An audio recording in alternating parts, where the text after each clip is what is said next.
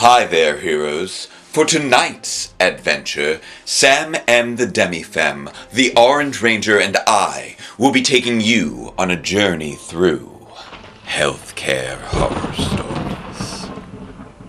Nearly 100 years ago, in the wake of rising healthcare costs, the Baylor University Medical Center in Dallas, Texas, introduced a model that the rest of the country would soon follow. A hospital service plan inspired by the life insurance industry. $6 per year could guarantee you up to 21 days in the hospital. Soon, the Baylor plan was replaced by community-wide plans meant to reduce competition between hospitals, and the American Hospital Association established the Blue Cross Commission, with Blue Shield plans being established for physicians' offices. However, the American Medical Association grew suspicious that these prepaid plans could be used to drive down doctors' salaries. And when President Truman introduced a government-run healthcare plan, they rallied their membership to oppose it. At the same time, mandated wage freezes established during World War II led to the rise of employer-based insurance benefits, as various companies used healthcare to compete for labor. Soon, corporations started to rise up, seeking to supplant the non-profit organizations of the past, offering multi-tiered health plans with different costs and coverages as an alternative to services that had previously had flat rates with full coverage and universal eligibility. Decades passed, and the power of the insurance companies and the employers and the lobbyists grew, exploiting what was once a charitable endeavor in an ongoing quest to increase their profits. And before long, a once rare term became all too commonplace among Americans. Medical bankruptcy. Over 100 years ago, in 1919, there was a man, and he founded a research institute. It included a library and archive with medical, psychological, and ethnological divisions, as well as a counseling office, a museum, medical exam rooms, and a lecture hall. In its first year, the institute provided 18,000 consultations for 3,500 people, as well as 1,250 lectures, often providing free advice for its clients and free medical treatment for its poorest visitors. They provided access to contraception, gynecology services, and treatment for venereal diseases. They had transgender staff and transgender clients providing hormone therapy, facial surgery, and, in 1931, an early modern sex reassignment surgery. The institute was visited by national governments, health officials, and scientific researchers from around the world.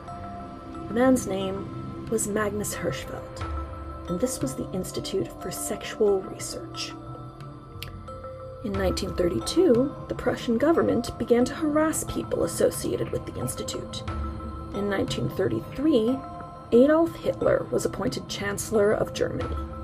A few short months later, the German Student Union broke into the building, attacking the staff and looting tens of thousands of items. They were joined that day by the Nazi Party's stormtroopers, who later helped coordinate a public burning of tens of thousands of books, journals, artistic works, and rare medical and anthropological documents. Hirschfeld was out of the country on a global speaking tour and died without ever returning to Germany. Today, as the United States is stripping away access to healthcare and education, you can still hear people ask, why weren't there any trans people around when they were growing up? Hundreds of years ago, the first recorded inoculation against smallpox occurred in 16th century China. In the centuries that followed, smallpox would be eradicated, and vaccines would be developed to guard against at least 25 other diseases. including measles, mumps, and rubella. In the early 1960s, the introduction of the measles vaccine caused cases to drop from over 750,000 per year to less than 150 per year. These diseases that had once cast terrifying specters over humanity began to slowly fade from the public consciousness, and people began to wonder, were they really all that bad? I don't know anyone that's ever had it, but I know plenty of people who hate the way they feel after a shot. And we give those to children. Do we really need to? In 1994, a group was formed. They were called JABS, or Justice, Awareness, and Basic Support. They opposed the merging of measles, mumps, and rubella into the MMR vaccine. And in 1996, they reached out to a doctor that was aiming to replace the MMR with his own vaccine, forming a mutually beneficial partnership to discredit it. That doctor's name was Andrew Wakefield. Wakefield conducted a single study of only 12 children, manipulating data to imply a causal link between the MMR vaccine and what he called autistic enterocolitis. The findings were never replicated, and extensive investigative reporting led to the paper's retraction and Wakefield losing his medical license in the coming years. But that single study was just enough to plant the seed of doubt. As diagnostic tools improved and more people were found to fall within the autism spectrum, suspicion spread that these early childhood preventative care measures were secretly driving developmental disorders. Until one day, a new disease struck the world. A pandemic that froze the globe. But when the vaccine was discovered in record time, skepticism and misinformation were unleashed with a whole new fervor. Years later, and the United States is still leading the world in COVID-19 deaths. And the new Health and Human Services Secretary just removed all 17 members of the Advisory Committee on Immunization Practices. These are the horror stories that have shaped our history, that have defined our healthcare system, that impact our lives, and the lives of countless others. So many lives. And so many stories. A man wakes up each morning, his heart beating just a little too fast, his stomach queasy, his skin tingling, and his head swimming. He swears he can literally feel his teeth on edge as he sits and breathes in and out, counting the hundreds of times until he feels that he can finally stand up and start the day. He speaks to his doctor about the fainting spells he's been having, and his doctor prescribes a heart monitor. The man waits for a call that never comes, counting his breaths each morning. Finally, he calls his doctor's office. A mistake has been made. The doctor is not authorized to issue the heart monitor, and he'll need to be referred to a cardiologist. Weeks go by before he's able to be seen for what should be a simple 15-minute consultation. The appointment takes over an hour, and the man receives a warning from his boss to not let it happen again. The man needs his job and the insurance that comes with it. The heart monitor will take over a month to authorize. The man's doctor says he should have it. The cardiologist says he should have it. But it is the insurance company that will make the ultimate decision.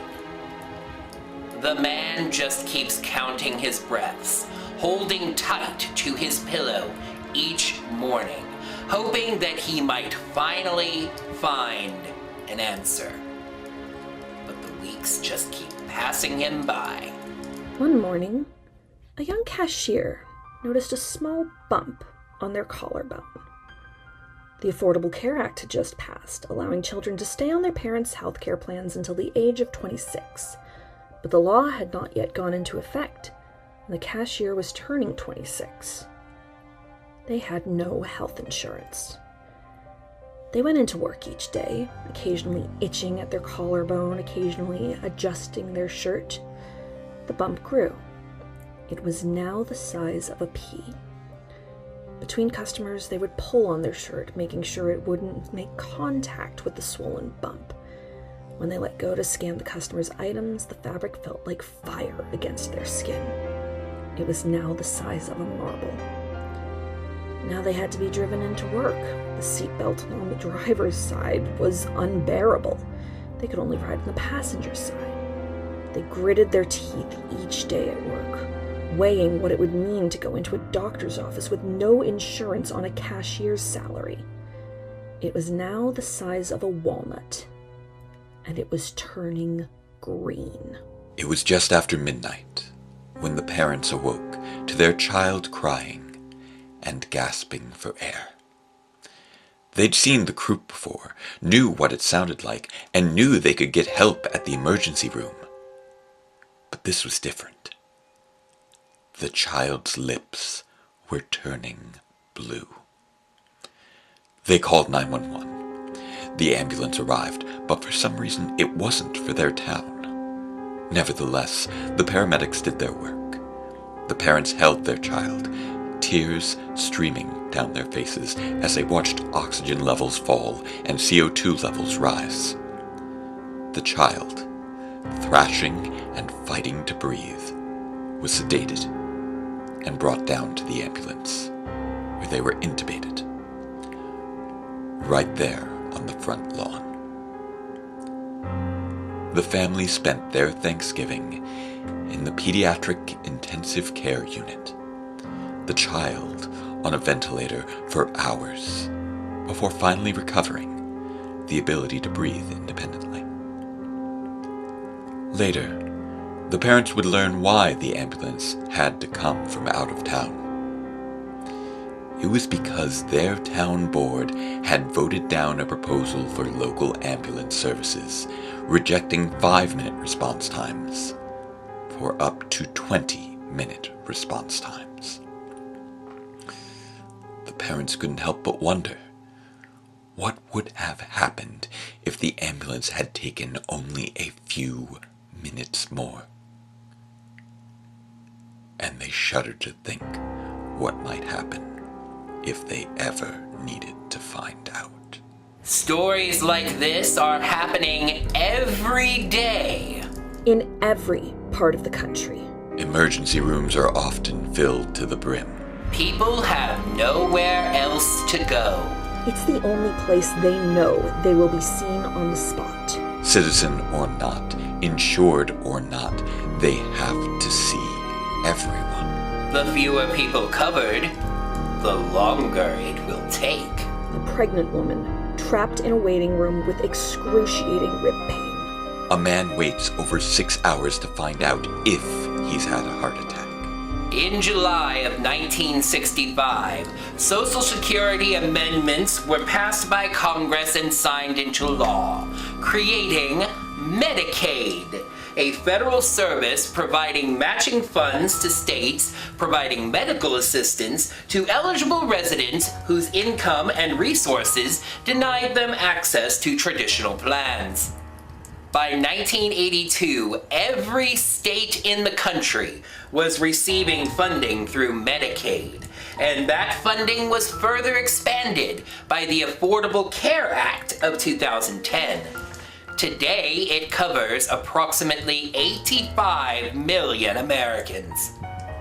Almost exactly 60 years after Medicaid's creation, in July of 2025, the One Big Beautiful Bill Act was passed by Congress and signed into law. The bill cuts $880 billion from the committee that funds Medicaid, tightening eligibility requirements and enforcing new restrictions that will cause an estimated 11 million people to lose their coverage and another 1.4 million to lose their state-level coverage. They say it's just eliminating fraud, but ignored the business responsible for fraud. They say they're just limiting it to people who are willing to work, but 70% of beneficiaries were adults that were already working, and only 3% of beneficiaries were adults that were unemployed but capable of working. They say that their opponents want to give $1.5 trillion of free healthcare to illegal immigrants. But the amount of Medicaid coverage going to illegal immigrants is less than 1% of the budget, and actually covers emergency care and goes directly to hospitals to cover costs that would otherwise go unpaid due to a lack of resources. But what they never say is what the human cost of these cuts will mean. 51,000 preventable deaths per year. Our final story is one of hope marching forward.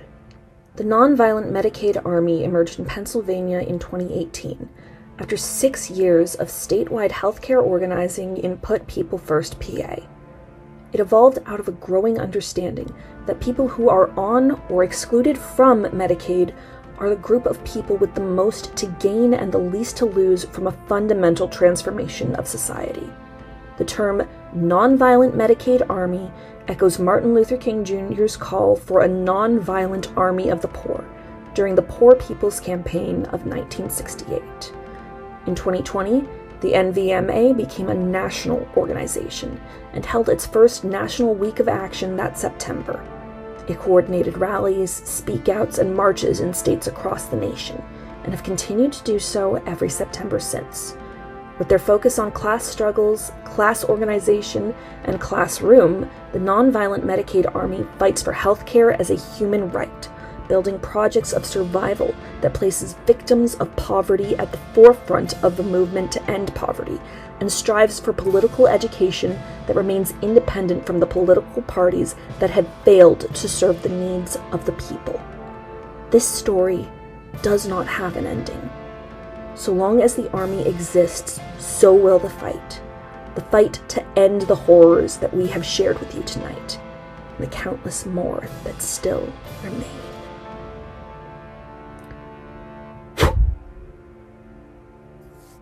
So there you have it. If you would like to learn more about the Nonviolent Medicaid Army, you can check out their website at nonviolentmedicaidarmy.org. And if you sign up for our Patreon, all proceeds for the month of November 2025 will go directly to a local chapter. Remember, the world can be a scary place, and that's why we need heroes. So until we meet again, let's all be superheroes, and I'll see you in the next adventure.